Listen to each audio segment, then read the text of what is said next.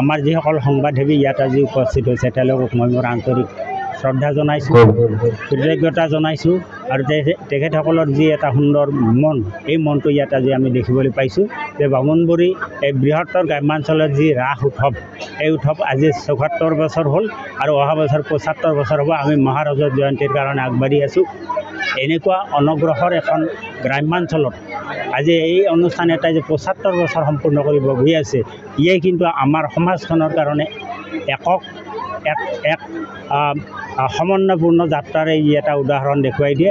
আৰু এনেকুৱাকৈ আমি অকল বামুণবুৰী নহয়, বামুণবুৰী, ফুলৰগুৰি, টাপা, বেতনা, কঁঠালতা আদি কৰি গোটেইখিনি গাঁৱৰ মানুহ ইয়াত এটা উবুৰি খাই পৰে। আৰু এই যিটো ঐতিহ্য, এই যিটো আমাৰ সমন্বয়, ই অতীতৰ পৰা আহি আছে, আজিও থাকিব, আজিও আছে আৰু ভৱিষ্যতেও থাকিব বুলি আমি আশা কৰি আহিছোঁ।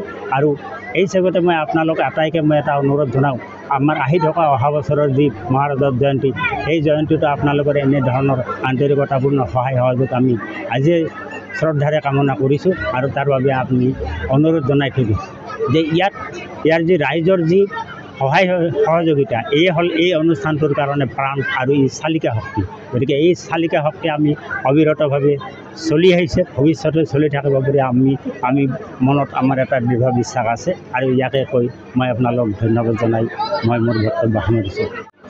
আচলতে আমাৰ এইটো এটা ঐতিহ্যপূৰ্ণ পুৰণি অনুষ্ঠান। 1951 চন যদিও লেখা হৈছে, আচলতে 2 বছৰমান আৰু আগত হ'ব। 49 চনমানৰ পৰা ইয়াক আৰম্ভ কৰা হৈছিলে। আচ্ছা, যিজন ব্যক্তি যিটো জাতি ঐতিহ্য সচেতন হয়, সেইজন ব্যক্তি আৰু সেই জাতিটো বেছি কালচাৰ্ড হয়, সংস্কৃতিবান হয়। গতিকে আমাৰ আধ্যাত্মিকতাৰ দৰকাৰ আছে। আধ্যাত্মিকতাই আমাক উচিত মাৰ্গ দৰ্শন দিয়ে।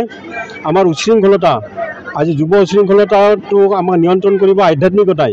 এতিয়া এই আধ্যাত্মিকতা আমাৰ এই ৰাস মহোৎসৱৰ এটা আৰু পজিটিভ দিশ আছে, আমাৰ সমন্বয়। এই গাঁও বামুণবুৰী, ফুলৰগুৰি ওচৰা ওচৰি গাঁও, গতিকে কঁঠালতাৰী এই কেইখন গাঁও সমন্বয় আছে এই অনুষ্ঠানক লৈ। আৰু এই অনুষ্ঠানটো 51 চনৰ পৰা আজি ৭৪ বছৰত ভৰি দিছে। অহা বছৰ আমি ৭৫ বছৰত, অৰ্থাৎ প্লেটিনাম জুবিলি কয় ইংৰাজীত, আৰু অসমীয়াত কয় আমাৰ মহাৰজত জয়ন্তী আৰম্ভ হ'ব। আমি অহা বছৰ ইয়াৰ মহাৰজত জয়ন্তী ধুমধামেৰে আৰু অতি জমকতাপূৰ্ণভাৱে উদযাপন কৰিম বুলি আমি আশা কৰি ৰাখিছোঁ। আৰু সাংবাদিক বন্ধুসকলকো এই ক্ষেত্ৰত আমি তেওঁলোকৰ সহায় সহযোগিতা বিচাৰিছোঁ। ধন্যবাদ।